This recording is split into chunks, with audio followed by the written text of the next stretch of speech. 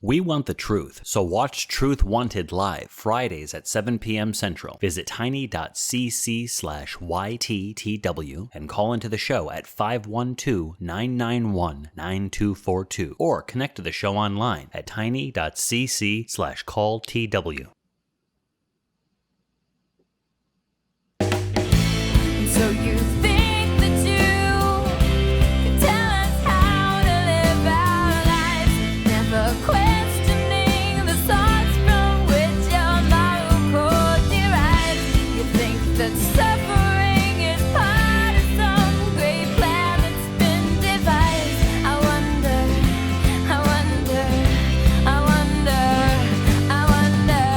what will it take for you to start opening your eyes? I wonder.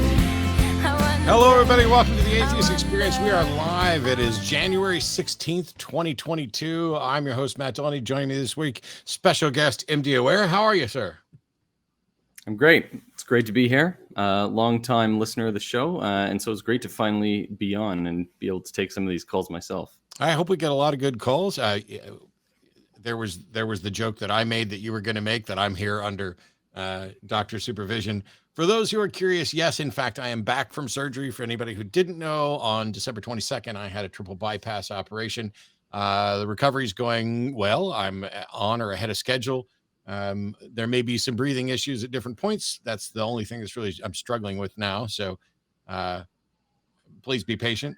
I want to say a huge thank you to the surgical team and all the scientists who worked and doctors who worked for years to develop this, in particular the anesthesiologist, because I walked in there, I laid down, I put on my gown, I laid down, they shaved me up, they wheeled me into an operating room, and that's the last thing I remember until I was in bed and they'd already removed the tube and everything. I was after that, it was just, kind of relaxing. By the way, I do have a picture. It's on the fridge of my chest spread open with my heart there. So there's no God-shaped hole as far as we can tell. And thanks to everybody who sent well wishes and get well stuff like that. And absolutely zero thanks to the people who were praying, whether you prayed for me to die or you prayed for God to heal me. There's no evidence that a God was involved in this in any way at all. And I think for the people who want to claim, oh, we prayed for you, Matt, and God healed you, and we hope that it turns you around, which has happened with family members and more, that's absolutely ridiculous. You think there's a God who healed an atheist using science in order to stay hidden, instead of not giving me a hereditary condition exacerbated by the diabetes that he supposedly gave me, just so I'd come out the other side stronger than before. Pull the other one. It's annoying when people give God credit for things that science has done. But let's get on to callers. Don't waste any more time with that. Dan in Indiana, welcome to the show. You're on with Matt and MD Aware. Hey there. How you doing? I'm glad you're feeling better. I hope you heal fully and carry on. Thank you. Just to let you know. But I have a quick question. I watch a lot of this show, and Eran Roz, two of my favorite people to observe. And my question is, how absurd does something have to be for you specifically, or people in general, to declare that thing isn't real, like God or unicorns? Because Aaron Robb will often say in various videos, sort of paraphrasing, that's because there is no God, or that's because it's not real, and continue on with his points. Where often you will, maybe sometimes you kind of hint that, but you'll often be like, I need more evidence, or I'm waiting for more evidence, or something like that. But is that required? I mean, do I need evidence that there aren't unicorns in Antarctica before I can declare that is absolutely not true? Yes. So that's my general thought. What are your thoughts on that? Yeah, so every claim, positive, negative, this is true, this is not true, all of those have a burden of proof. If you make a statement, X is true, it is true that a God exists, it is true that God does not exist, either one of those is something that you would have to present evidence for. There's a burden of proof. The default position is not to accept either. And so when you say, how absurd does something have to be before you say it isn't real? Well, I don't know. How absurd is there? I don't know what a measuring stick for absurdity is.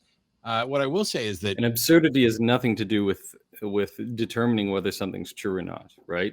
You, like when I'm doing science experiments in the lab where I work, we don't ask ourselves, well, how absurd is this claim that we're making? You just do the experiment and then you see what the results are, and that's the conclusions you can draw. Yeah, that's what I was getting to, and good point, MD Aware. It's not really about absurdity, although colloquially speaking. So this is what an area where Aaron and I don't necessarily disagree, but we talk about it in different terms. And so, you brought it up, as have others. And the thing is, when we say something is absurd, I mean that this claim, as stated, is in conflict with known facts about reality. That this is what makes it absurd. And so it is that evidence that allows us to say it's absurd. Colloquially, it's fine for me to say there is no God, there are no fairies.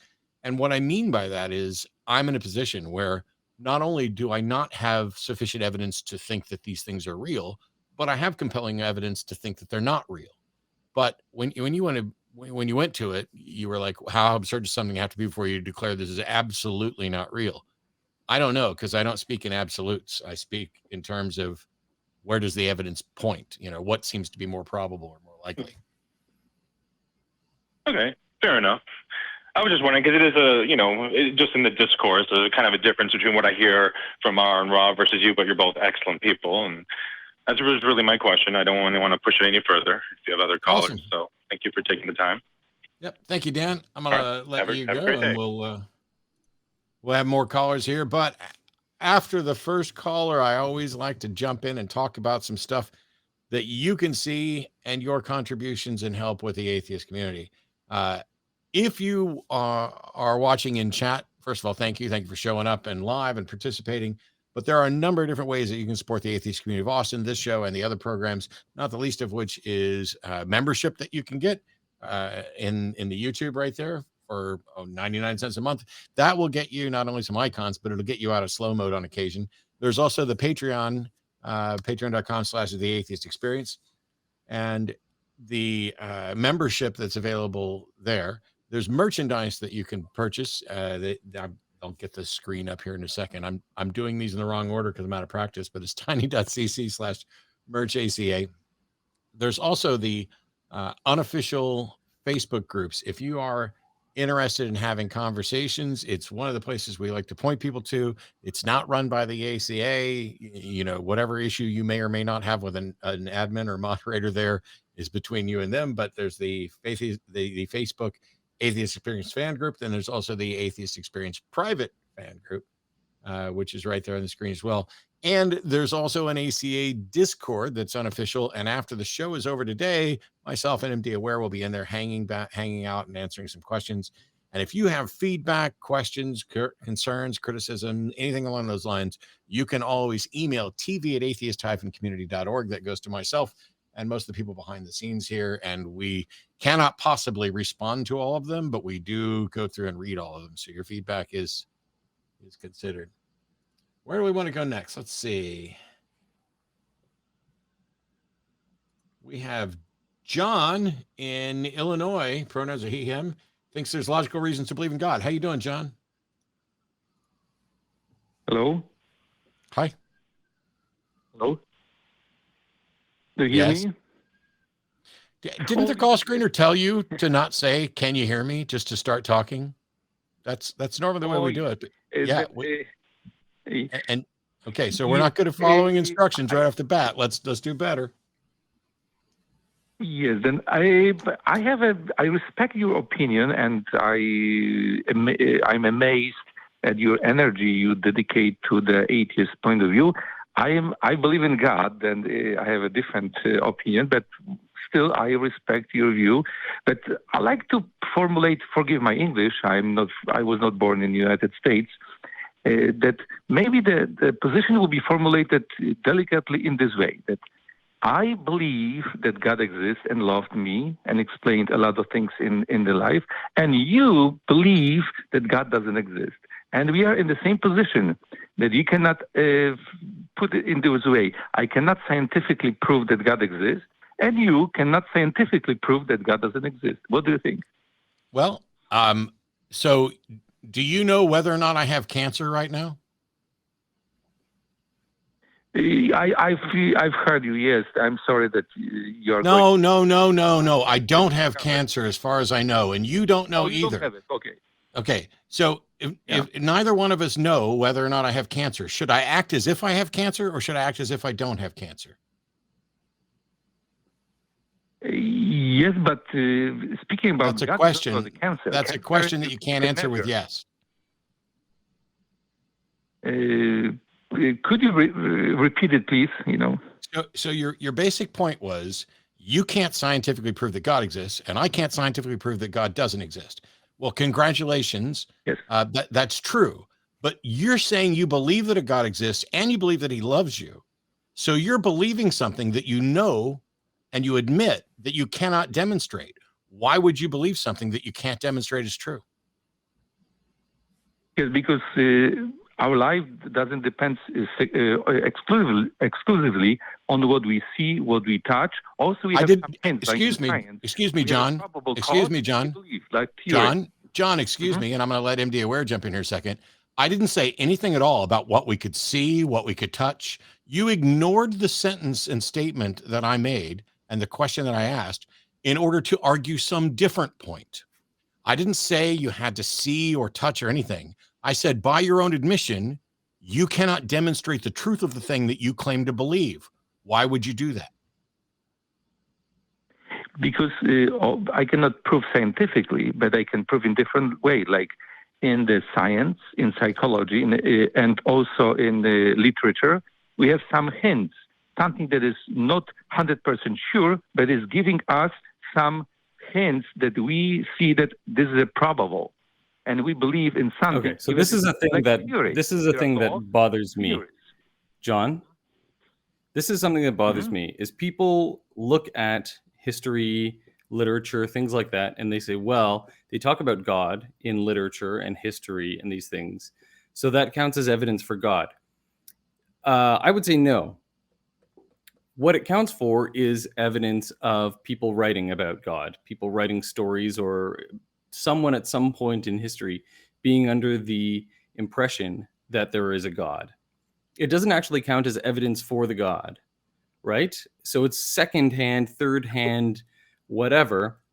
Again, I know you're saying that you're not looking at it from a scientific point of view, but I don't know what other type of evidence really there is. Everything is sort of derived from that.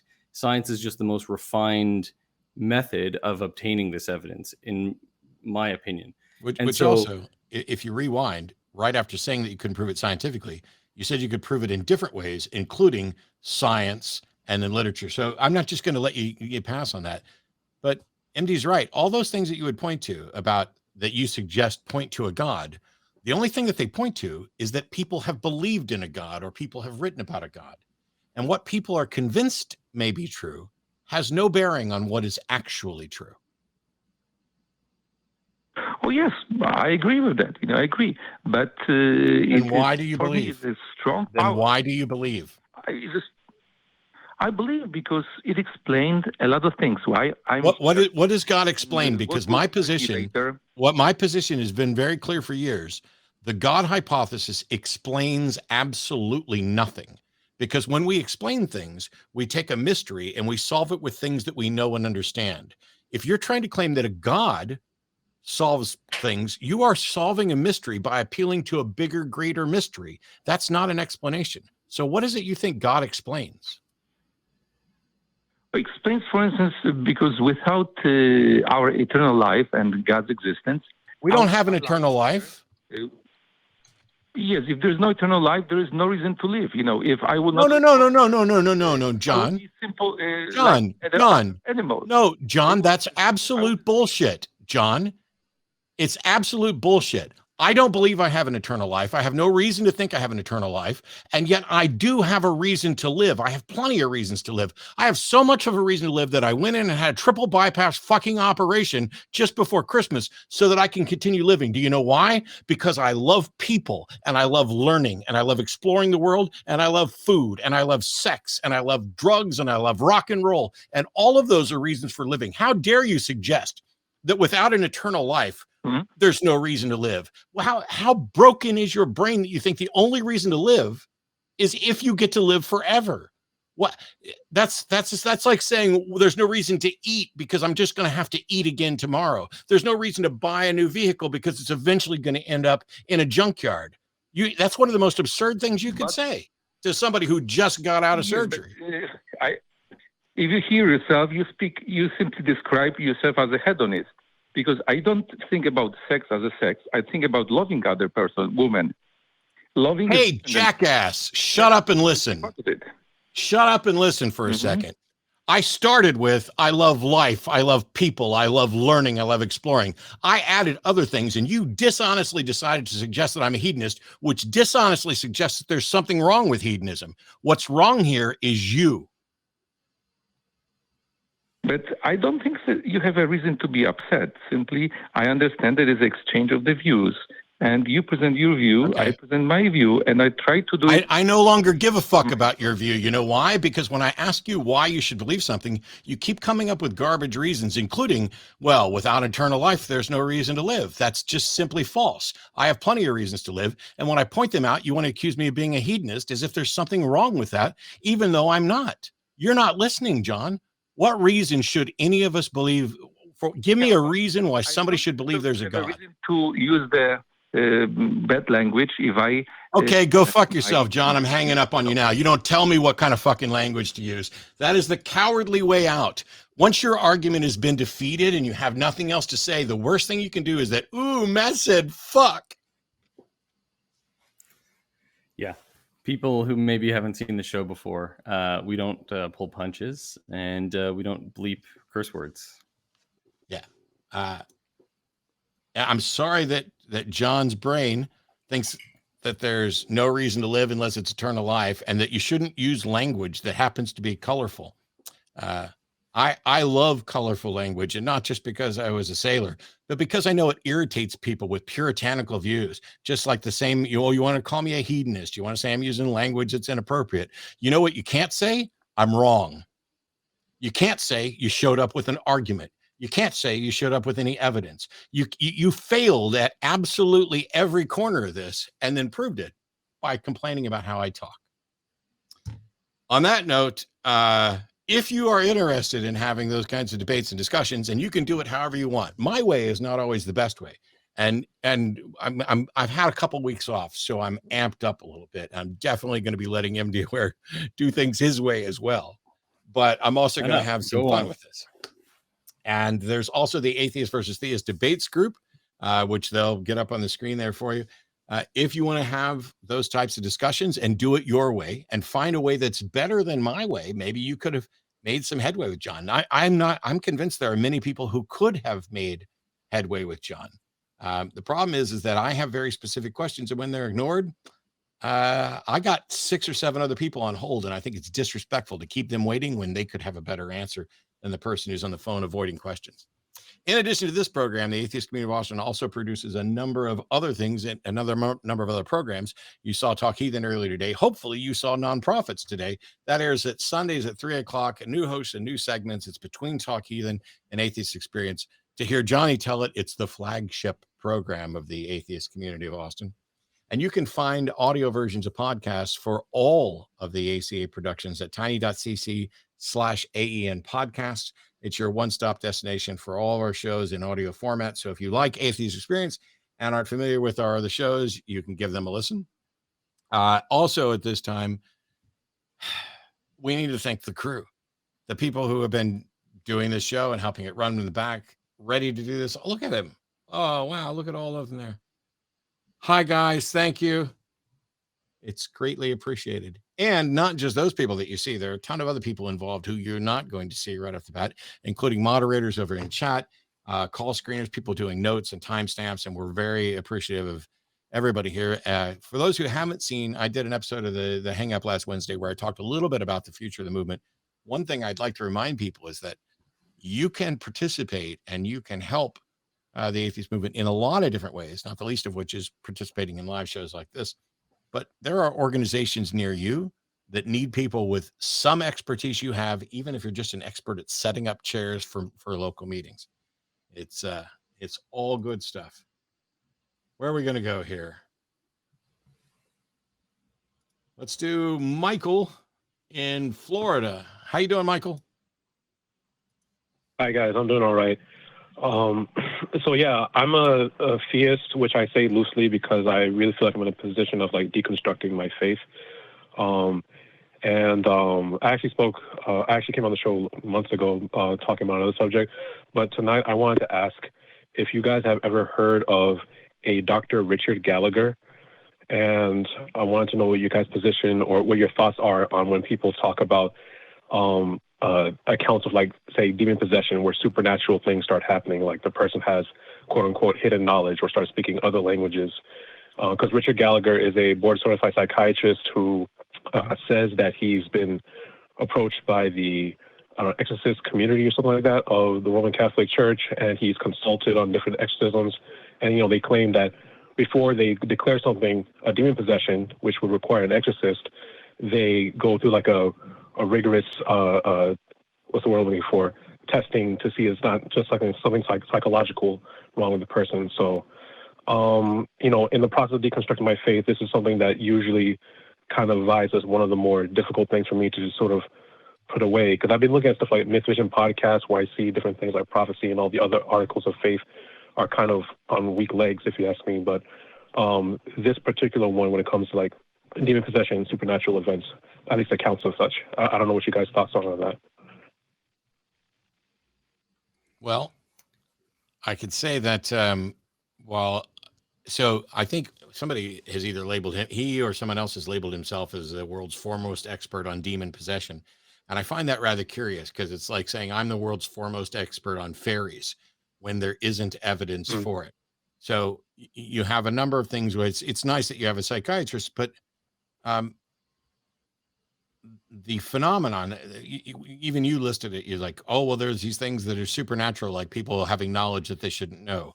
First of all, I don't know how you know that somebody has knowledge that they shouldn't know. And second of all, if they did have it, I don't know how you conclude that the cause of that is supernatural. There's a problem with any claim of anything supernatural, which is why nothing in the entire history of the world has ever been demonstrated to be actually supernatural in origin, ever. And so when you have somebody who's, oh, I'm a doctor and I work with exorcists and I exorcise demons. Well, that's cool, bro, but where's the evidence? I don't want stories. I don't want to hear, oh, I went in and here was this person who started speaking in a dead language. Well, how do you know? And how do you know what they knew ahead of time? Because I'm pretty sure that we don't follow people for their entire life waiting for them to need an exorcism. Yeah, and I mean, looking at it from the psychiatric perspective, there's no like blood test you can do or scan you can put someone through that will tell you what knowledge they have or will test for psychiatric diseases or psychological diseases necessarily, right? Like most of the psychiatric exam is based on asking people questions and observing their responses. And you as the psychiatrist, for example, make observations about how a person answers the question and what they look like and their appearance and demeanor and all this sort of thing. And you try to draw conclusions based on that. But ultimately, it's not like just because someone's a psychiatrist and they do a psychological evaluation that it means necessarily that they can prove that there's a demon being there, or they can even rule out necessarily psychiatric disease. You could theoretically be deemed, not you could be deemed that you don't have a psychological condition or a psychiatric condition if you just act totally normal, except for that you have a demon possession, right? You could fake it and you would pass that test. Yeah, I'm wondering what the actual evidence is and how. So there's a big problem I've talked about before. I talked about a minute ago, is that even if you demonstrate a phenomenon that you don't have an explanation for, you are not justified in saying, well, since we can't explain it right now, it must be demon possession or it must be supernatural. That is fallacious reasoning. And I've not seen anything from him, Dr. Gallagher, or anyone else that doesn't fall prey to that.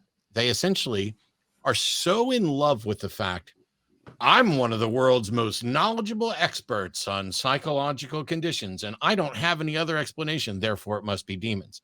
And I know that you can, in much the same way I've said prayer works, because my example of you being stuck in a cave in, if you're praying, it calms you down and you use less oxygen. And it's not the prayer itself that does it. It's the calming down that allows you to have a longer period of time to be rescued.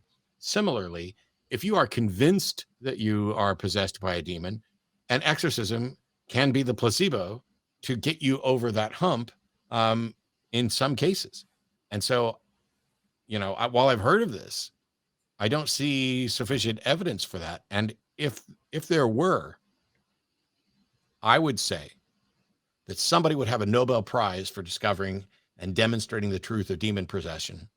And scientific journals would be writing up peer-reviewed research on how we can know that this person over here was possessed by a demon, in the same way that they would write up this person over here had, cancer. Right, because one thing that I found strange, because I first heard of Dr. Gallagher from a Yahoo Yahoo News video, and I also saw an article about him on CNN.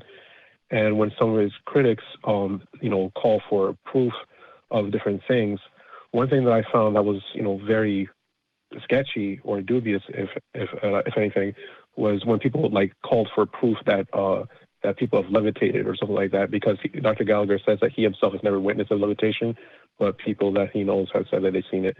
And whenever people call for proof, he says something to the effect of, well, demons are devious beings that don't want to, they know they're being recorded. I'm like, that just sounds like sort of, what's the word? Bullshit. Sort of like hiding away from the bird. Yeah, bullshit. It sounds like it's a post hoc rationalization. So what you're and it's good for you to catch it, Michael, because what you're doing is you're saying, if this were true, we would expect to see this evidence. And their answer is, the reason you don't see that evidence is because the demons are just really devious. And it's the same thing for God. If God existed, we would expect to see certain things within reality. And when we don't see those things, they say, oh, that's because, God's hiding. Well, God's the all-time champion of hide and seek, right up there with demons. Yeah, and I think we get this a lot. And this particular post hoc rationalization with God and demons and whatever else. But ultimately, I think if you come down to it, you say, okay, so maybe God's hiding, but if he is, then we can't conclude that he exists one way or the other, right? We can't conclude anything from a lack of evidence, which is essentially what these people are trying to do, right? Right. That's what it feels like to me. Because, like I said, the whole testimonies about demon possession and whatnot is usually one of the more difficult things for me to kind of dismiss, if you will, when it comes to different dogmatic things that the church says. But yeah, it's like sometimes the lack of proof and then the reasoning for that just it feels dubious. But I don't know, some part of me, I suppose maybe just my religious conditioning from the time from my childhood, just causes me to I don't know, be troubled by those accounts, I guess. I don't know. Yeah, it is, though. It's the way religions work. If you were brought up with, hey, this is possible, and you say, oh, here's a doctor who's saying that he's bought into it, it makes things seem like it's more plausible. But you've already caught on to the fact that they're dodging away from evidence. And what we have is a bunch of anecdotes in the complicated area that is mental health. Because it's not like we see, demon possessions where somebody has their skin, popping off, flailing around and becoming a monster and biting at other people. Nothing physical like that. It's stuff that happens in the brain. Mm-hmm. And remember what demon possession used to be, right? People used to think that what we now understand as epileptics, people who are having epileptic seizures, they thought that was demon possession, right? So maybe over time we'll find that, what people currently think are demon possessions turns out to be something real that we can study. But until we have that evidence of something that actually exists, then I think we have to be skeptical about this. All right. Okay, then, cool. I don't want to hold too much of you guys' time then. I appreciate it. Awesome. Thanks. And keep asking questions. Thank you, Michael. Appreciate the call. It's difficult quite often to kind of pin down theistic claims. And in the process of asking the questions about what do you believe and why, and trying to get people, I think my biggest source of frustration is when people don't answer the question. And I'm going to try to ease back on that just a little bit, because I've always considered what I'm about to say to be dismissive and arrogant and patronizing. But once you've been indoctrinated into a religion and into a type of fallacious reasoning, when you're asked the questions that would expose them, religions tend to put up a protective barrier in your brain so that when I say, why not this, they answer a completely different question than the one that was asked. And while that's incredibly frustrating for me, because like if you would just answer the question that I asked, we would get right to the end of this. That isn't always going to happen. I know that I've been out for a couple of weeks and I missed some stuff on the shows over the last couple of weeks. And if you miss things on the shows, boy, have we got a treat for you. Watch this.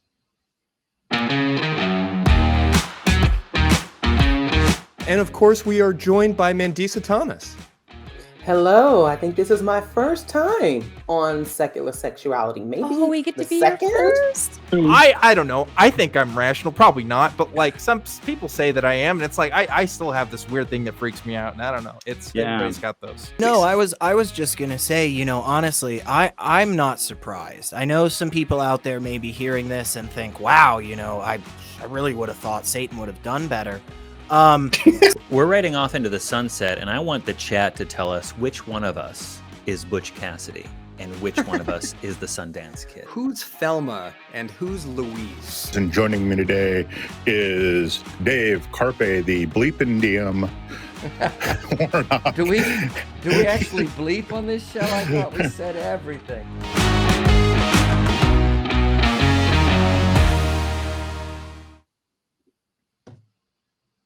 Sweet. I guess I'm all caught up, at least on what I need to go watch now. We got a bunch of callers, and I'm going to do my best to try and get through as many as I can. We have Alan in California, pronouncer he, him, who thinks you think Christianity is an atheist religion? How's that work? Good afternoon. Yes, I believe that I'm a big fan of the show, by the way. I believe that Christianity is an atheist religion because I think, read in a materialist way, the death of Christ, or rather the crucifixion, stands for the death of God.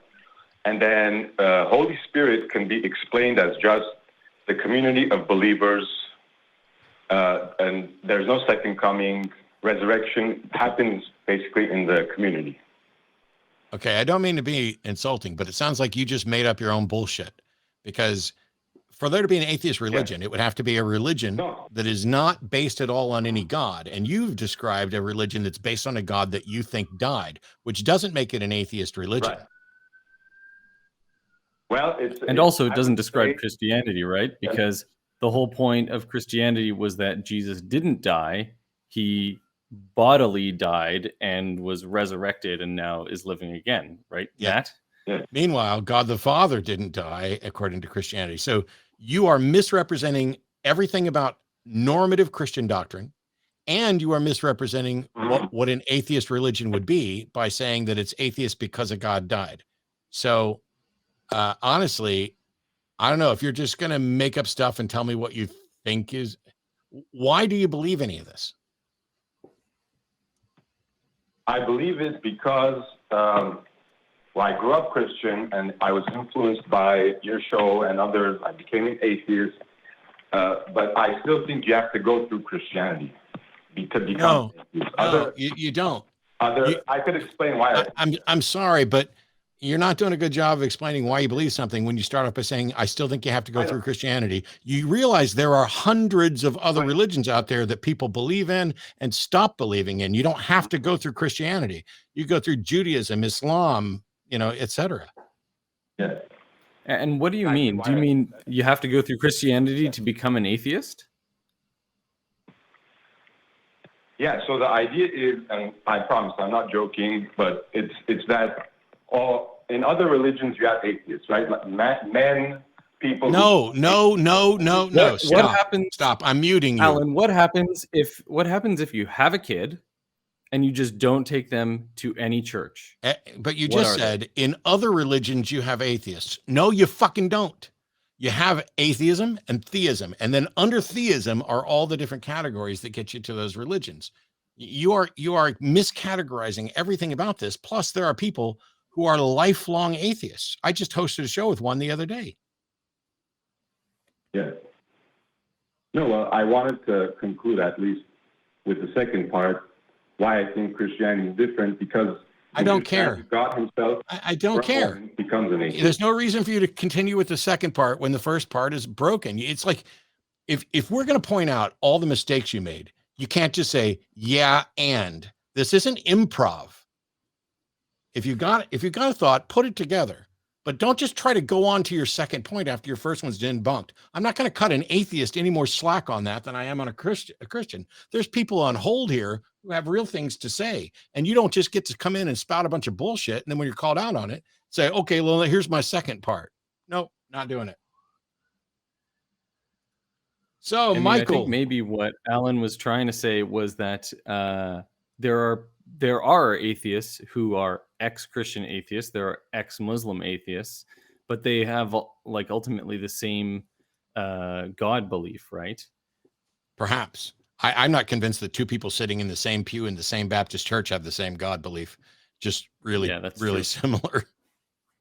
But Michael in Texas has a reason why he believes that God is at least possible. So welcome, Michael. Hello. How are you? I'm doing all right. Great. So I just wanted to make the arguments that there is probably a God out there. Why? Oh, because the universe is very big and probably infinite. So if that's the case, then is there a square circle somewhere out there in the universe? Is the universe big enough for a square circle? well, no, that will violate the laws of physics and the laws of logic. Yeah. But, So how do you know that there's a God? How do you know that God doesn't violate the laws of logic? Well, what I mean by God is like a being very powerful, benevolent, immortal. Why? Creator What makes you? No. World. How powerful?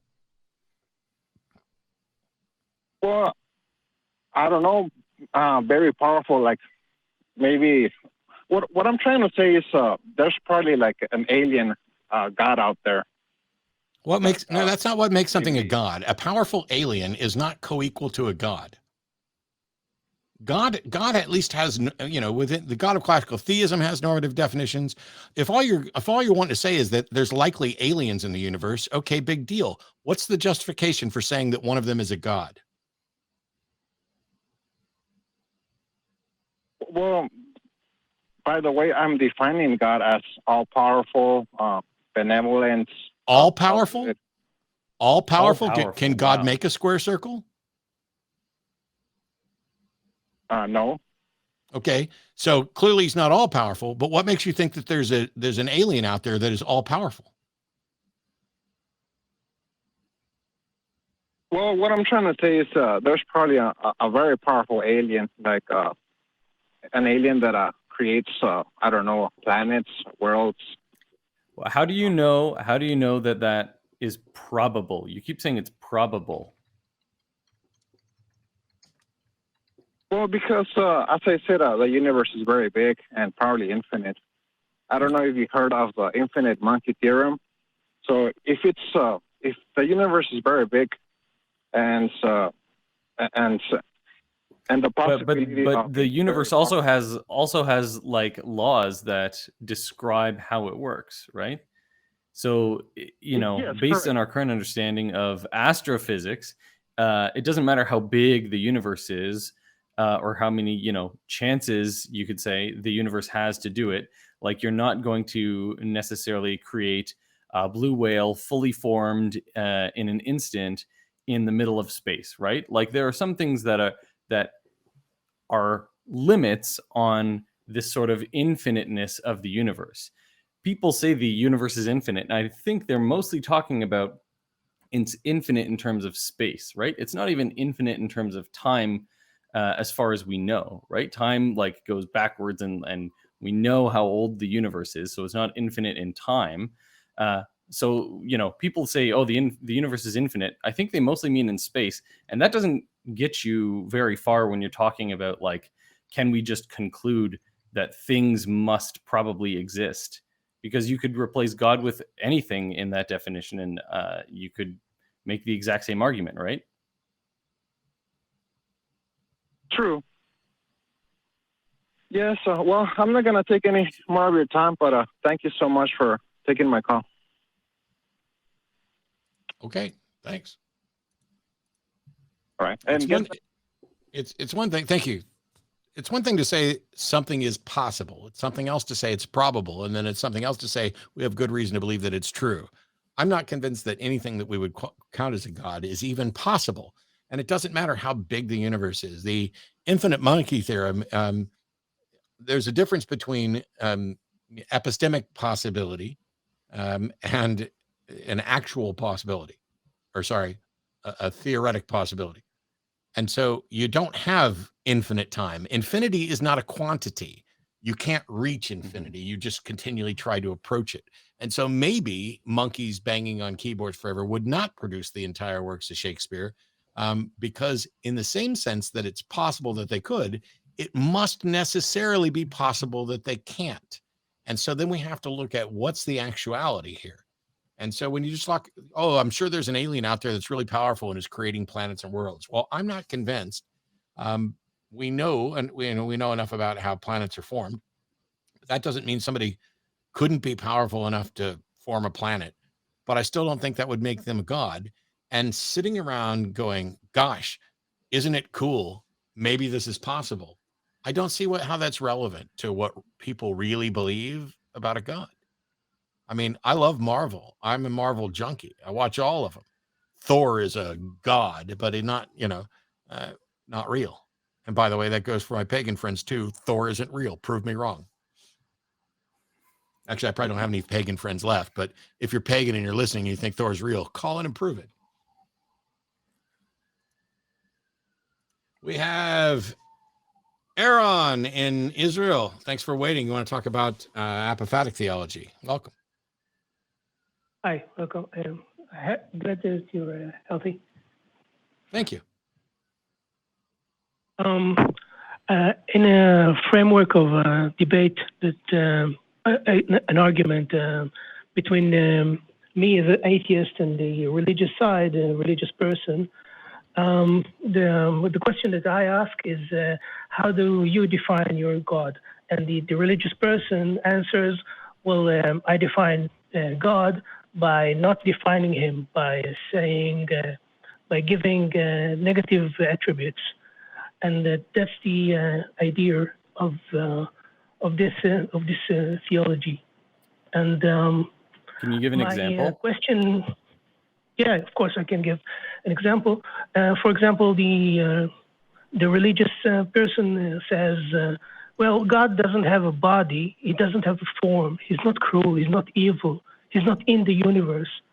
And I ask, well, what is he then? What positive thing can you say about him?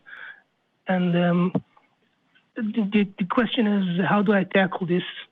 Their so-called definition. When I ask for a definition, they're not giving actually a definition. How do I tackle that? Yeah. So first of all, I think you already realized and hit on the biggest problems here. One is that it's a lie to say that they can define God in entirely negative characteristics, because in order to say what God isn't, you need to know what God is. And the first thing is that they think God exists, which is a positive statement, not a negative one. And they can frame that as, well, God doesn't not exist. And then the answer is, how do you know that? And they can say, well, God's not cruel. How do you know that? God's not evil. How do you know that? And the bigger problem here is that they could be listing all the things that God's not forever, and we would have no better understanding of what it is that's talked about. God's not red, God's not blue, God's not acidic, God's not base, God's not electrically charged, God's not electrically charged on Mondays, God's not electrically charged on Tuesdays, God's not electrically charged on alternate Wednesdays, God's not electrically charged on Thursdays. There's an infinite series of things that they would have to go through. And I realize I'm screwing up by using infinity as almost a quantity. Basically, there's no end to the things that they could potentially list in a dynamic and changing universe that God isn't. And so if they can't tell you what God is, then they have not presented a subject for you to address, and they are avoiding debate. Yeah, exactly. Like it seems like you're taking the right approach, asking what the definition, like what God essentially they're asking about or they're talking about, and they are dodging the question by not answering it, right? And so, like Matt said, that's meaningless. Like they're telling you things that God isn't. It's like, well, I didn't ask what God isn't. I asked what God is. Yeah, exactly. It's something that they say is central to the Judaism. This apophatic theology, I mean, it goes back to the Greeks, and I hadn't actually heard this term before your call. I'd heard it as negative theology before, and actually negative reasoning to try to define something in terms of what it's not. We don't do that by and large. If somebody says, hey, what's cancer? We don't say, well, it's not athlete's foot, it's not fungal, it's not this, it's not that. We don't go through that stuff like that. And it's absurd that when it comes to the biggest question out there about whether or not there's a God, one of the things that would be one of the most important things to know, were it to be true, at least under some various versions of theology, that's where we see this. Well, let's try to argue or define things in terms of what it's not. Well, I'm going to define their arguments in terms of what they're not. They're not sensible. They're not rational. They're not evidence-based. They're not useful. They're not informative. You could do all that in response to their arguments. Yeah. I mean, I think you could use these negative descriptors, or someone could use these negative descriptors, and they could be useful, but only in a context where you have something positive already there, right? You could say MD is a human who is not female, right? And that tells you something about me, right? But you have to have a subject or a context to start with before it has any use. Yeah, and that's exactly what they are refusing to do. They're refusing to start somewhere. I hope that helps, and I appreciate the call and the thought, and thank you for waiting patiently while we got to it. Thank you very much. Thank you. Take care. We have a bunch more callers, including some theist callers. Please hang on the line. There's a couple I need to get to, and hopefully some of these will be reasonably quick. Brian in Utah thinks that my usage of burden of proof is absurd. So welcome, Brian. How am I wrong? Well, actually, it was kind of surprising considering that just a couple minutes earlier you said something that because I've watched you for so long, I can't believe I had heard you say this, that you actually made the dispositive statement that God's not real. And I thought your position, basically, since I began watching your videos and listening to your Atheist Debates series, was that you have not seen sufficient evidence to prove that there is a God. Was I misunderstanding that? Because this kind of goes back to your first caller asked a very similar question, that I feel like the statement, well, it's only a burden of proof on the person making the claim that a God exists. And I feel like all that does is it gives oxygen to people. So if you go back to the beginning of the call, the beginning of the show, when I talked about burden of proof, I said every positive statement has a burden of proof. If you say God exists, you have adopted a burden of proof. If you say God does not exist, you've adopted a burden of proof. Colloquially, I'm fine with saying things like God's not real, because colloquially isn't a logical argument. It's talking about what we think is realistic. I not only am not convinced that a God exists, I am convinced that most of the gods that have been presented to me, in fact, do not exist for a variety of reasons. It's just that it's not my job to prove them, but the burden of proof is on those making a claim. And that's true whether you say X is true or X is false. And that's where I think the absurdity comes in, because I feel it gives oxygen to people who have the absurdity of not ever having met a burden of proof, but because it falls under this veil of mysticism and theology and religion. And Brian, pause, because you're not making any sense. I'm talking about the burden of proof, and you're saying that it's absurd, and then you went off to talk about giving legs to mysticism and stuff. The burden of proof, it doesn't give a shit about the content of any statement. So mysticism is irrelevant. If you make a claim, you've adopted a burden of proof, period. I'm sorry that the foundations of logic, that we should have a default position, which is that we're not going to accept something until that burden of proof has been met. That's it. That's all there is. It doesn't give legs to mysticism.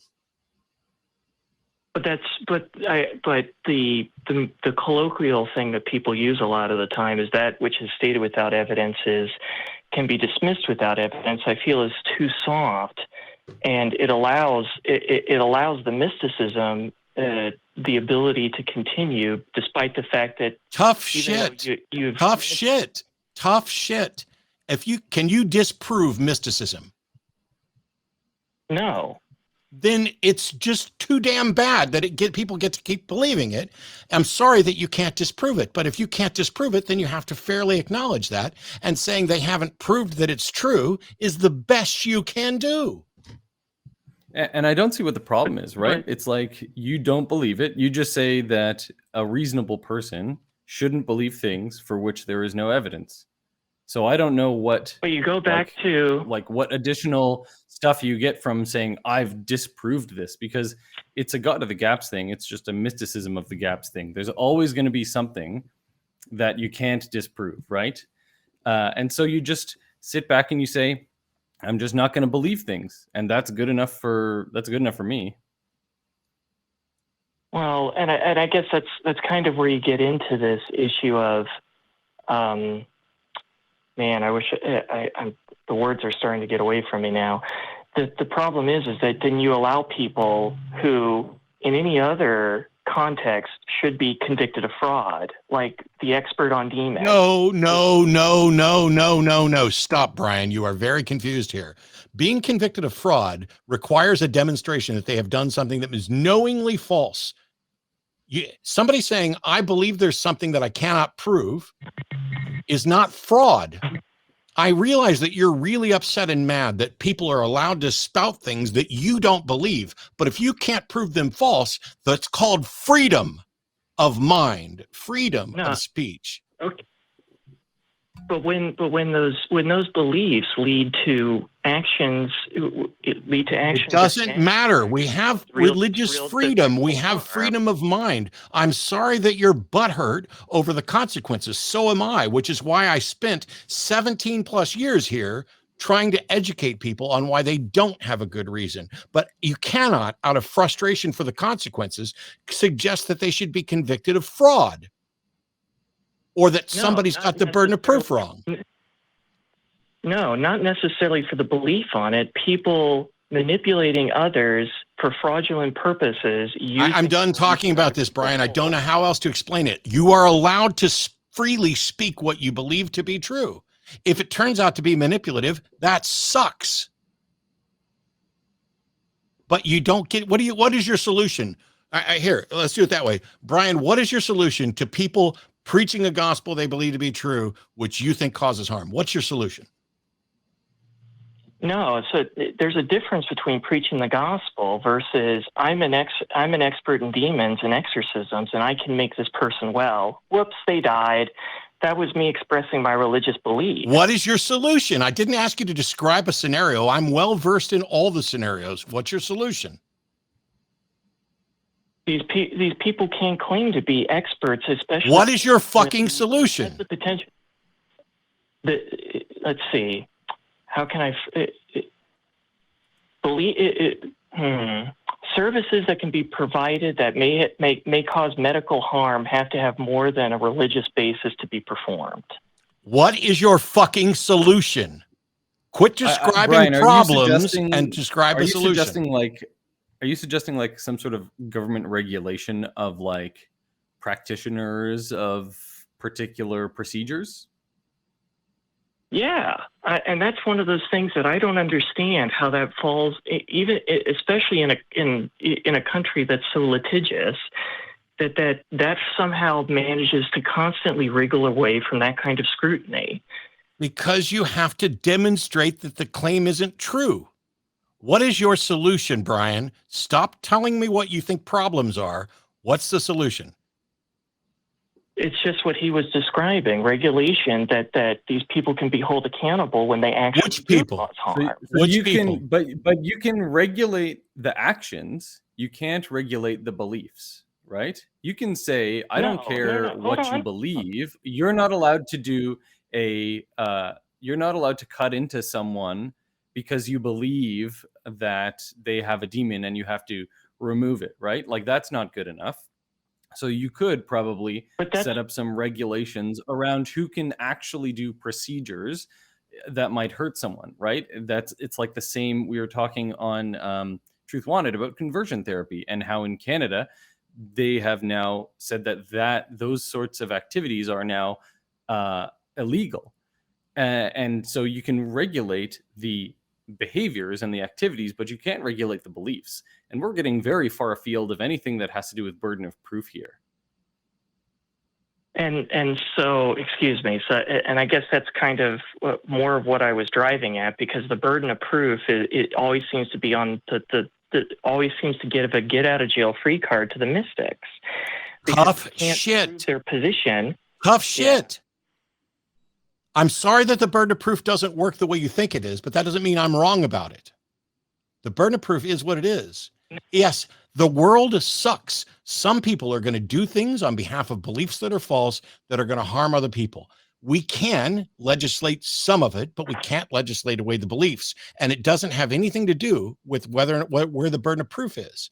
If you want to say, hey, people shouldn't be allowed to do exorcisms that are forced, where they're going to tie somebody down and do all this.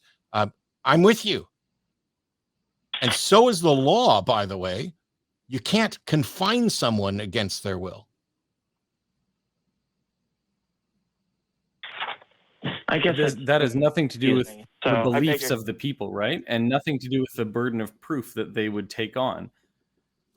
It has everything to do with that's the my action. frustration with this call, Brian, is because you called in to suggest that I have an absurd understanding of burden of proof, when the reality is not an absurd. Literally, it says the definition for burden of proof that Matt uses is absurd. Did you not tell that to the call screener? No, there is a slight that's a typo. Not that your definition. That's a typo. Let me ask the call screener if you actually use the word absurd. Yes, I used the word absurd, but there was a. Okay, then why are you lying to me now? Goodbye, Brian. If you call I get his frustration. I get his frustration with this, and you want to shake people and say like, well, how can you believe this? You should have a good reason to believe it.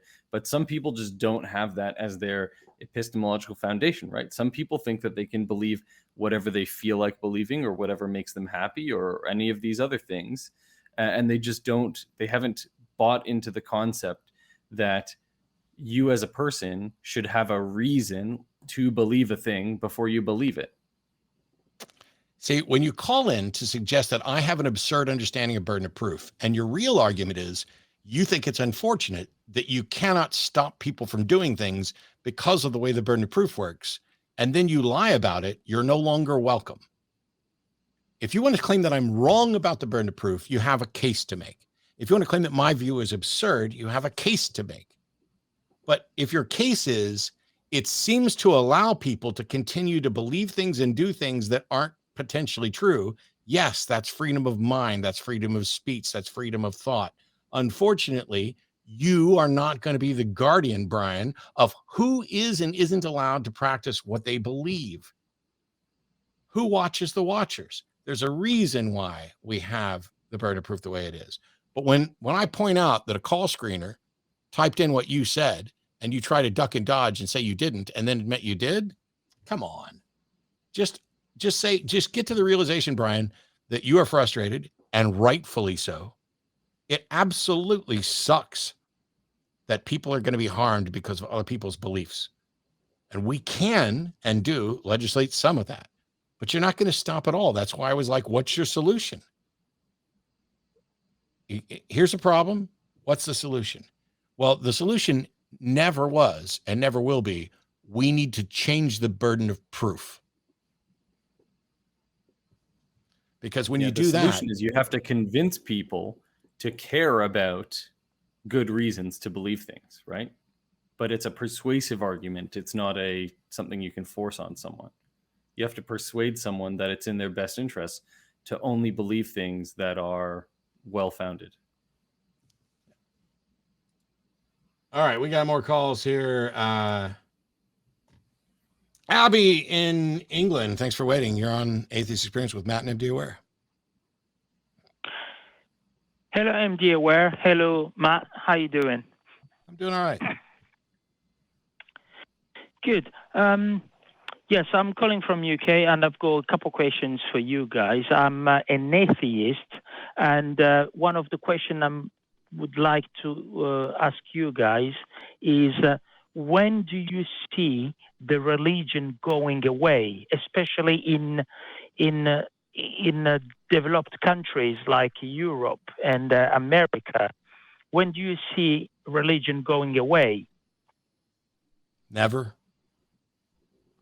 But MD's answer might be different. It's probably gonna change. I think.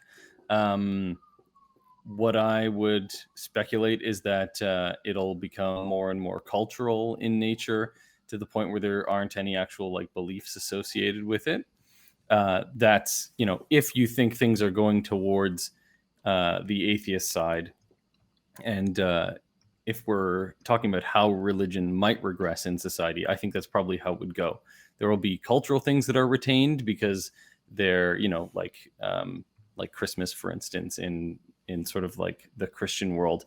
There's a lot of atheists who are, they don't have any of the beliefs that are associated with the Christian Christmas, but they still do some of the, some of the rituals and the customs and whatever, just because that's how they were raised and they like it.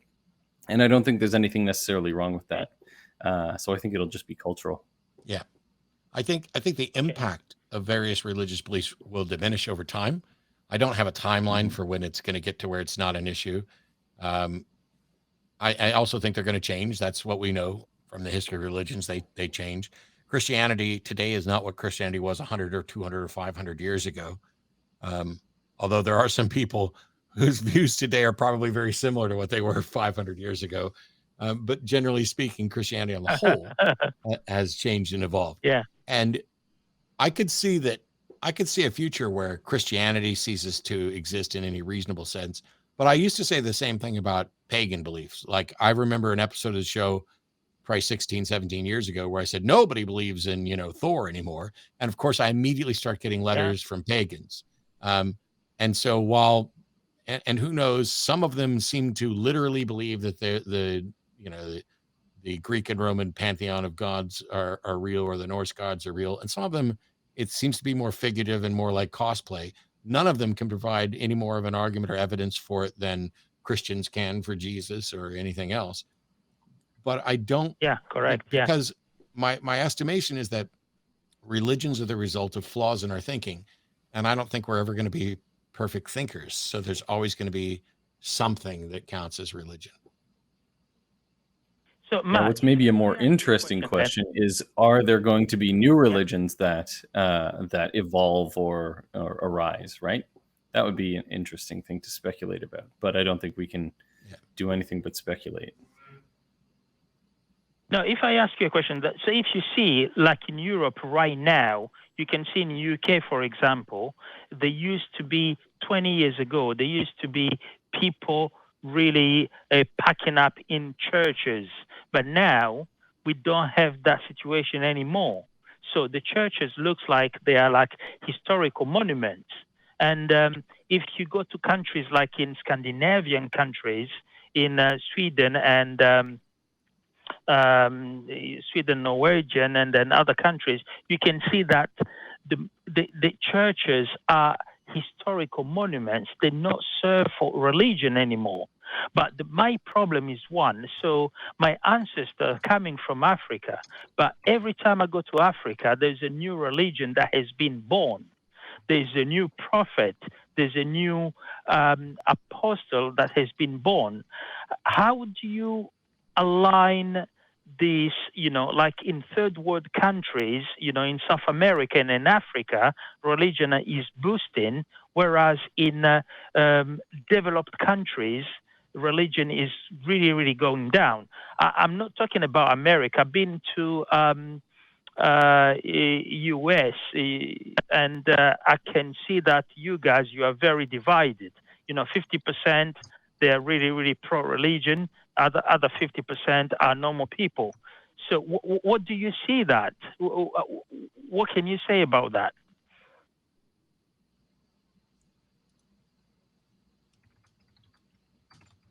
I really don't know.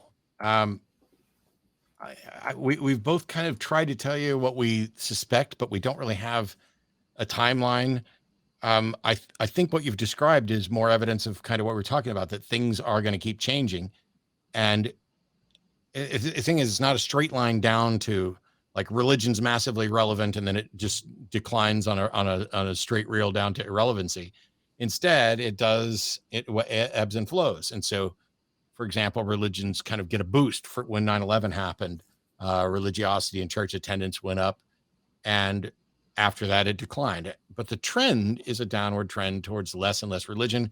And even where religions stay, the trend is towards less and less specific and fundamentalist, et cetera. Beyond that, I really can't speculate beyond that. I mean, I think what you're asking is kind of a sociological question more than anything else. And because you're kind of asking to me, what drives religion? What is driving people's religiosity? And I think that there have been a lot of studies that I don't feel qualified to comment about.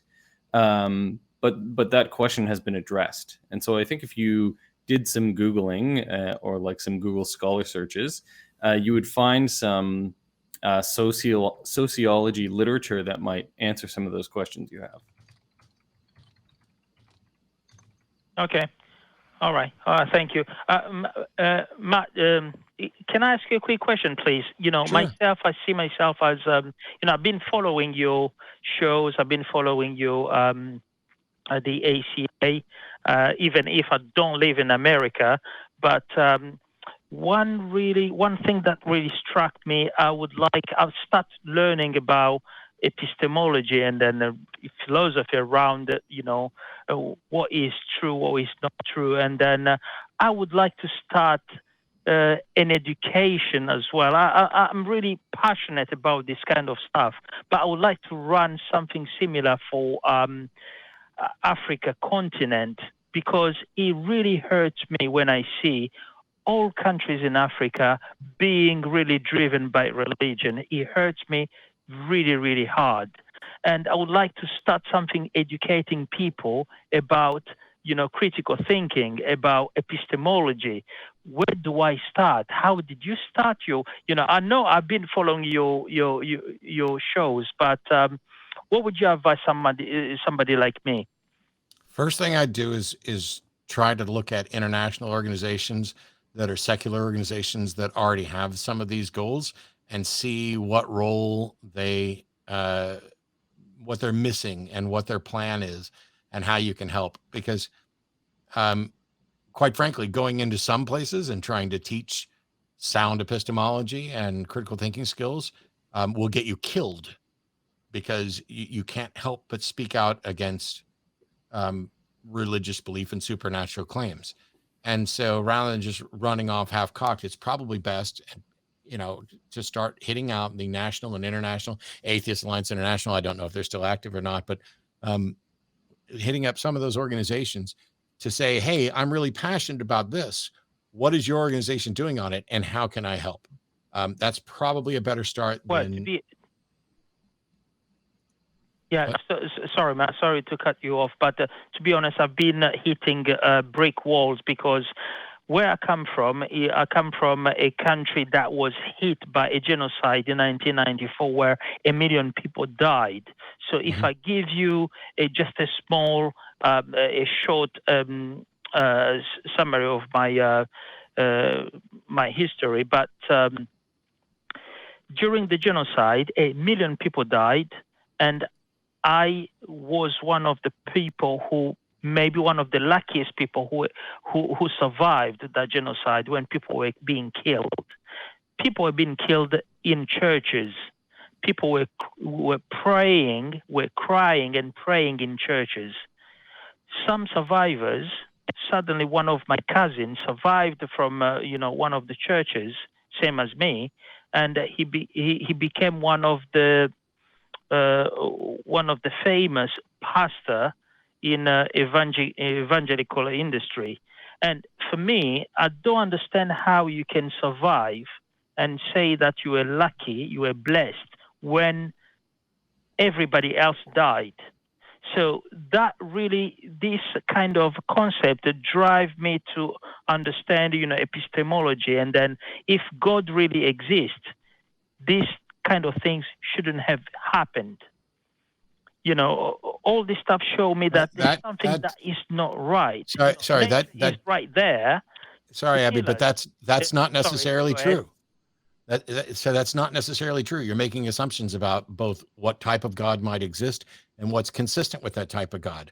It's simply not true. You can't say if God existed, these sorts of things wouldn't happen. Within Christianity, for example, within modern Christianity, generally, man has been given free will to do what he wants. So you can't complain to God about genocides because God's allowing it, because this life doesn't matter. It's the next life that matters. And so, yeah, I agree. That's bullshit and it's awful and it diminishes things about mankind. But it's not surprising to me that if people were in a town where everybody died except for them, they might consider that, God saved them for a reason, because they can't come up with any other reason why they were lucky. Yeah, I agree with you, because I've seen so many other, situations when, we're living in a, in a rented house, and then you don't have rent to pay that month, and somebody just suddenly you pick up a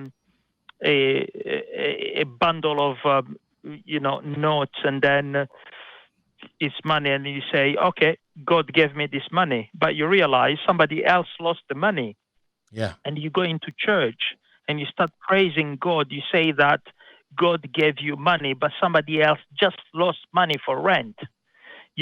All this kind of stuff, it showed me that, I follow your logic. You said once, you said either God doesn't exist, or you said either God exists but don't give a shit. Yeah. So this is where, or has some plan that people don't understand, or whatever. You can come up with all kinds of post hoc rationalizations to explain why the claims about God aren't consistent with what we observe in reality.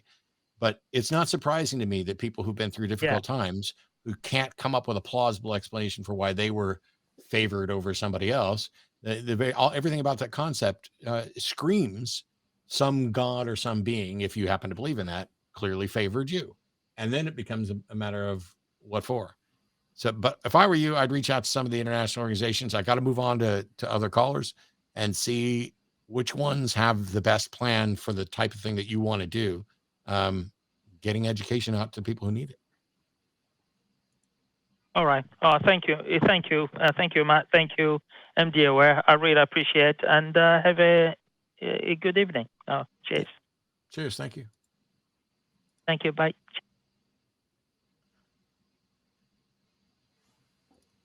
We have Issa in Ohio has a question for us about the existence of the universe. Welcome, Issa.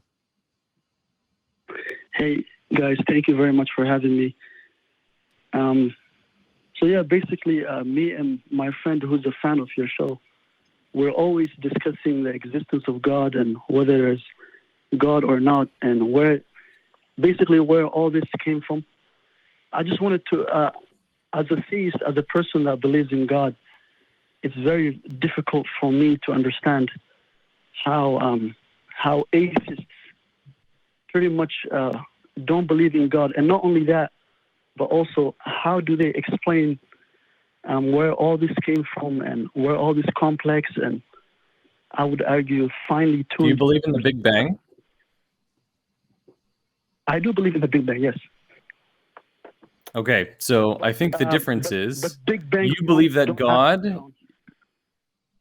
Right. So you believe that God is responsible for the Big Bang, and we don't believe that. So, for example, the best example that I could use for now is if you look at an iPhone, it's complex. It requires someone with intelligence to make it. Engineers and so forth and so on, and people who the universe is not like an iPhone. Yes. No. I'm just using that as an example. The universe would be far more complex. It would be absurd for me, in my opinion, to just say that a Big Bang happened and all this came about. Do you see where I'm coming from? So the universe, from my understanding, is not that complex at its core, right? What it has is a relatively simple set of rules, and it has a property. It has emergent properties that from which complexity arises, right? And so it's just the fact that we've had, the universe follows certain rules. It contains matter, and there's been a sufficient period of time that these rules that we call the laws of physics, which is ultimately just the way the universe works, that has given rise to complex things. It's not like the universe necessarily contained the complex things at its onset, right? The complexity was developed. So, because if you think about it, at the very beginning, if you believe in the Big Bang Theory, then the universe was a singularity, which is, potentially the least complex thing, right? It is a single point, but it depends on your definition of complexity. The question I have is that you said you accept Big Bang cosmology, but you add something to it. You add something to that. Do you have some knowledge or evidence that all of the cosmologists who don't add God to it, do you have some knowledge that they don't have? Well, I would say, to believe in, basically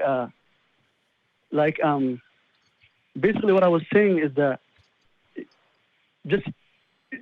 So let me pause, because since I asked you a question about do you have knowledge or evidence that the cosmologists who don't add God to this equation are missing, since I've asked that, all you've said is, I would say that, I would say that, I would say. Do you have knowledge or evidence? No. For why you insert a God where the experts on cosmology don't?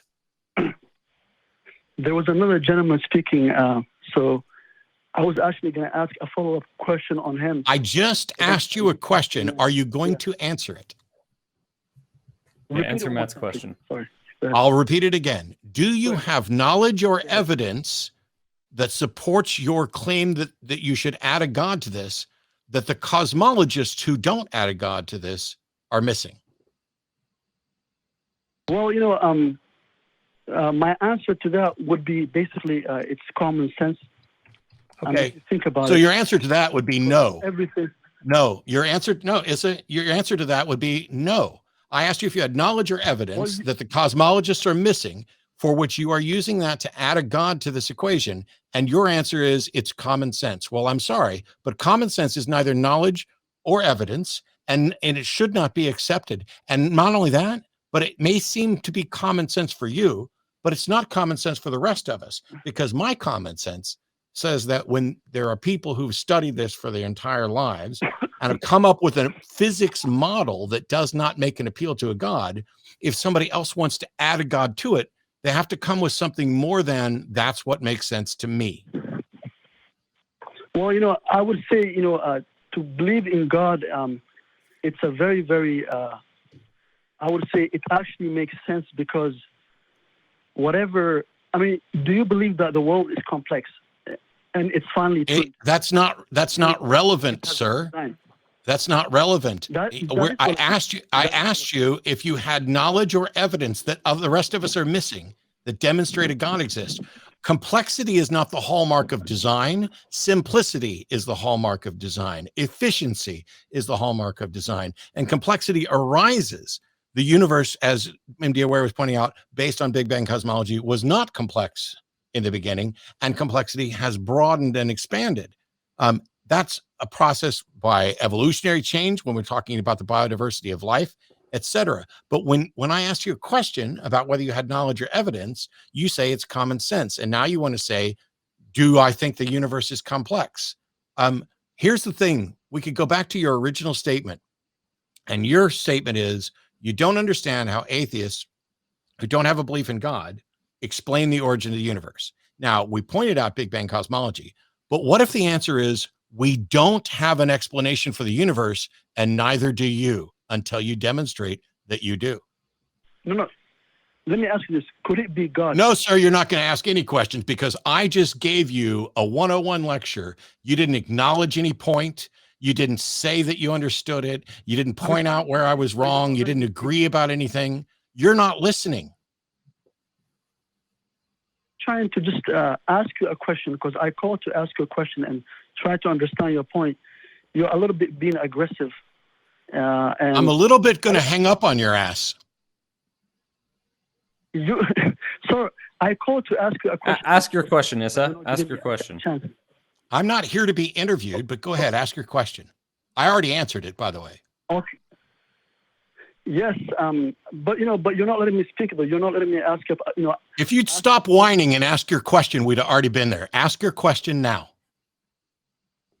So my question is basically like the gentleman that I was asking, where do you think, like when he was explaining the matter and all that stuff, it must have come from somewhere though. I mean, it's just not.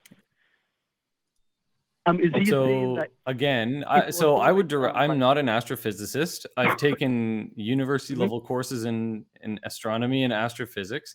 And if you want to know more, you should do the same, or buy a astrophysics textbook or read up on it.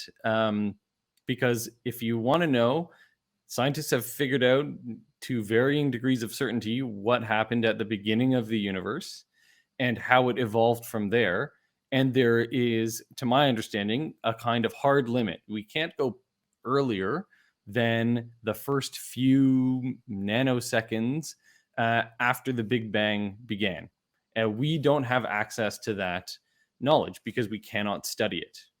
And so I think that if you're trying to claim anything about what happened before then you don't have any scientific legs to stand on. And again, I would say if you don't have scientific legs to stand on, then you don't have any legs to stand on at all. But you also demonstrated that you weren't listening at all, because your question is, where do we think the matter came from? And MD Aware pointed out that Big Bang cosmology suggests that it didn't come from anywhere. It always existed as a singularity. And I pointed out that in addition to that, what if the answer is we don't know and you don't either? And so if I'm not making a claim about where it came from and you're the one who's adopted the burden of proof. And when I asked you to demonstrate the knowledge or evidence to support your claim that a God did it, your only statement was that it was common sense. You didn't listen to the answers we gave, and you didn't provide anything of substance for your belief. I'm not the one here who's believing something without a good reason. And the last thing I'll say, Issa, is you have to think about whether common sense is appropriate to apply in a situation like this. And I would argue that common sense is reasonable for things that are common in your life, right? But we don't have a common experience of the origin of the universe. And so you have to be a little bit more careful. If you talk to any quantum physicists, they'll tell you that, quantum physics is extremely non-intuitive. Your common sense will fail you when you try to stack it up against the math or the evidence. And so you have to think about whether common sense is something you should even be turning to. in any situation, but particularly in situations like this, where we have good reason to believe that common sense may lead you to the wrong answer. Like, I know you guys are busy right now, but one thing I'm gonna say last is, as you guys already, from what I understood from you guys, from where it all comes from, you guys don't you say we don't know yet. So my question is, could it be God? I don't know. In order for us to determine that it could be God, somebody needs to demonstrate that it's actually possible that a God is the explanation for it. Can you do that? So, well then, since can you do that? No. My question is, could it be God? No, sir. I answered your question. Now answer mine or go the fuck away. Can you demonstrate that the answer could be God? I don't know why you're using foul language, but okay, you're done, because I'm done being told what kind of language I can use on the show. I'm not the one here advocating belief in something without a good reason. I'm not the one who's avoiding questions. Not only did MD Aware answer your question, I answered it. We pointed it out twice. You're not listening. And now you want to know, since we say we don't know what the explanation is, could it be God? And I answered that question by saying, I don't know. Can you demonstrate that it is? And now you want to talk about how I use foul language. Go fuck yourself. All right. We have Alex in Maine. Thanks for waiting, Alex. You had questions about scientific papers and evolution? Yeah, I wanted to bring up some studies that were done and discuss them, just talk about it. Marcy Reeves Biologic Institute, for anyone can Google that. Basically, just to sum it up, they were over many years studying mutating enzymes to change one enzyme's function to another, and the enzyme was already very close very close to the other enzyme. And to conclude, what they found was the amount of mutations needed, and given what we know about mutation rates, would, even in the best case scenario, exceed what is commonly, considered the time of the universe, like how long the universe has existed. So I think that pushes back against the evolutionary theory that many people adhere to. And I just wanted to let's think about that specifically. So you're quoting a study, which I haven't read or heard about, where people tried to determine how long it would take for one enzyme to evolve into another. And they concluded that they found that it would be longer than the age of the universe. What that says to me, what you can conclude from that is this enzyme could not evolve into this enzyme using the methods that we used. That's it. I think if you look at the right, study, you can't. They got it to the point. You cannot draw conclusions about all of evolution from a study of one enzyme evolving into a different enzyme, right? Meanwhile, even if they're correct, what that means is our understanding of biological evolution is somehow wrong. That doesn't tell us what the actual correct answer is at all. And this study doesn't seem to have done anything to change the minds of the bulk of experts in this field in the 6 years or 7 years or 8 years now since it was published. So while maybe there was a flaw with their methodology, maybe more study is required, but for you to call in about a study that neither of us have read or know about, did they get a Nobel Prize for overturning evolution? Did they change the paradigm for how evolution is taught? Has anything else been done other than theists and creationists use this as yet another thing to try to knock down evolution so they can try to prop up a God, which isn't something that will happen.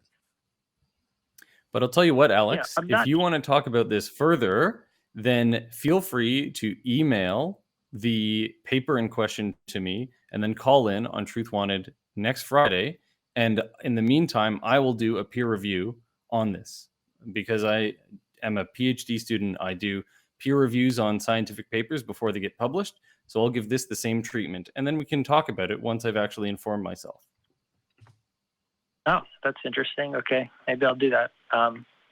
Yeah, I mean, I summed it up really simplistically. It's not just one. They tested millions and millions of pairs. I mean, and I'm not trying to say this proves God did anything, because I know that can't. I'm just saying it pushes back against what a lot of, I don't know. See, but the problem is that this study isn't peer reviewed and comes from the Discovery Institute, is being promoted by the Discovery Institute as well. So I'm already dubious, but it comes from the Biologic Institute, and it's being pushed by the Discovery Institute. Yeah, obviously anything that would push back would be promoted by the Discovery Institute. I mean, that's Yes, because they have a bias, correct? They have a theological bias against evolution, or an intelligent design bias against it. So they're going to promote the things that they think agree with them. Yes, that's what everyone does. I agree. No, it's not what everyone does. No, it's not what science is. Science doesn't begin with a conclusion and then promote the things that agree with their conclusion. If it was the case, that is not how science works. Peer review is about attempting to falsify. I think it has been peer reviewed. I know there were multiple papers as well. It's not just one paper, but okay. What uses what I go share it with MD Aware, discuss it. I don't see how it's of use to me at all, and I don't see how it's relevant to conversations on this show, because it doesn't demonstrate does this paper demonstrate that evolution is not true? No, but it does this paper demonstrate that a God exists? No, but it can. Then how is it relevant to this show? Well, it's not a silver bullet, but it can. How is it relevant to the show? Direction. It's not relevant to the show. show. It can point in one direction. No, it's not relevant to the show. All it does is it tells you about specifically what they're looking at. If they're talking about enzymes, it tells you about specifically those two enzymes, right? And the fact that they're even using two extant enzymes is dubious in terms of the methodology, right? That'd be like saying, well, we're going to take chimps and try to make them evolve into humans through like selective breeding and inducing mutations.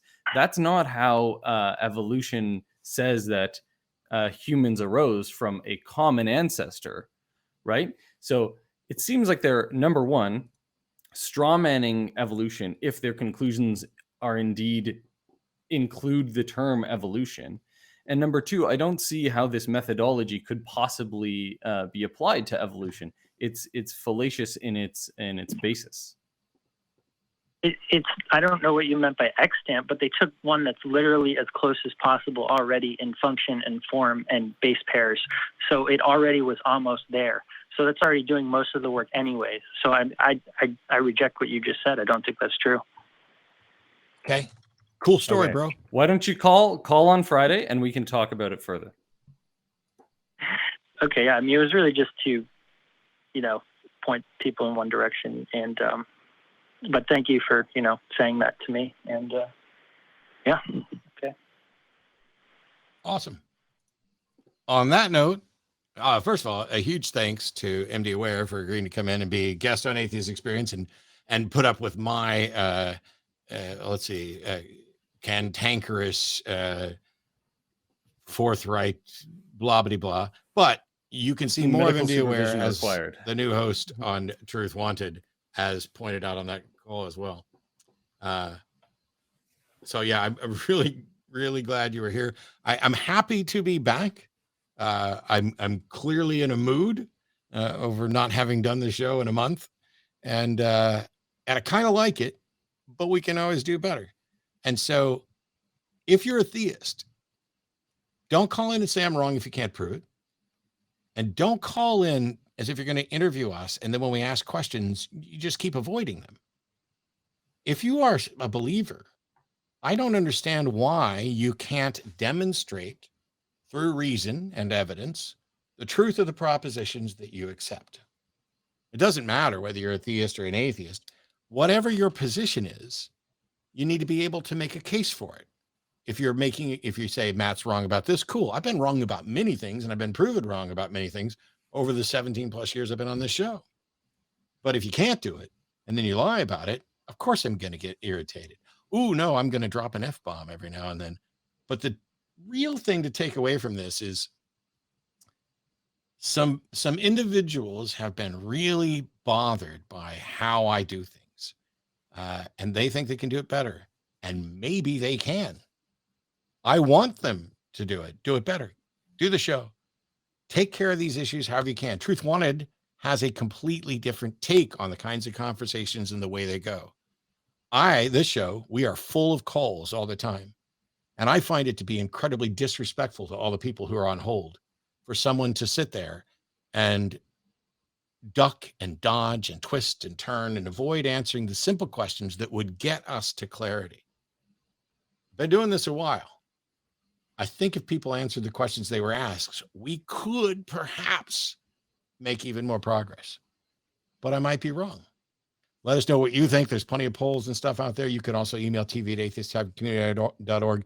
Huge thank you to the crew who can post themselves up there as people, beautiful people to look at, making this all happen there.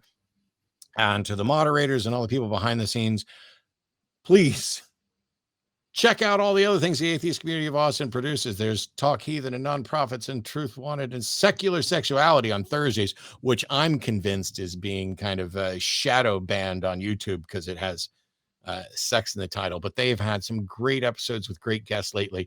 If you have a Thursday night free, watch it live and call in. And if you don't have a Thursday night free, watch it afterwards. It's up on YouTube. That's what this whole thing's about. You get to watch it all afterwards. I watched a lot of it just sitting in my recliner. We'll be back next week. Please take care of yourself. Stay safe.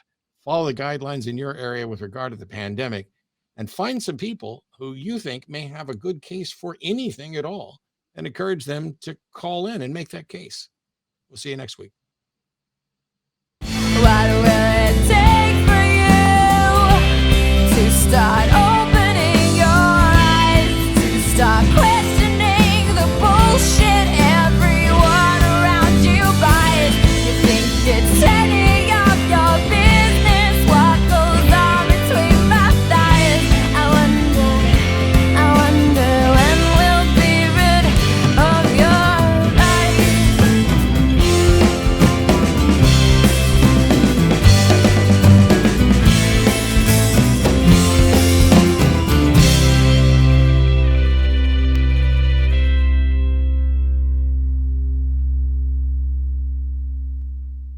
It's time to get sexy, so watch Secular Sexuality live Thursdays at 7 p.m. Central. Visit tiny.cc/YTSS and call into the show at 512-991-9242 or connect to the show online at tiny.cc/callsex.